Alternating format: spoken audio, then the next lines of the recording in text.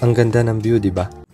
Hindi mo ito mapupuntahan kung hindi dahil sa social media, mga post sa Instagram at mga reels sa Facebook, gamit ang makabagong teknolohiya, gaya ng drone shots, diving with GoPro, selfie sa iPhone, at long video ng DSLR. Dahil dito, napalakas ang turismo, nakapagbigay ng trabaho sa mga lokal. Dumami din ang nagkahilig sa camping at hiking at iba pang outdoor activities.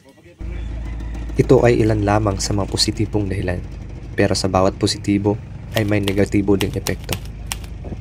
Nawawala yung authentic experience. Sa halip na maramdaman ang katahimikan at ganda ng kalikasan, ay madalas nagiging abala sa pagkuha ng litrato at video. Minsan, napipilitang mag-perform o mag-post ng perfect moment kaysa mag-enjoy ng totoong karanasan. Malalakas na tunog na mula sa speaker ay nakakabala sa ibang hiker at sa mga hayop na naninirahan sa bundok.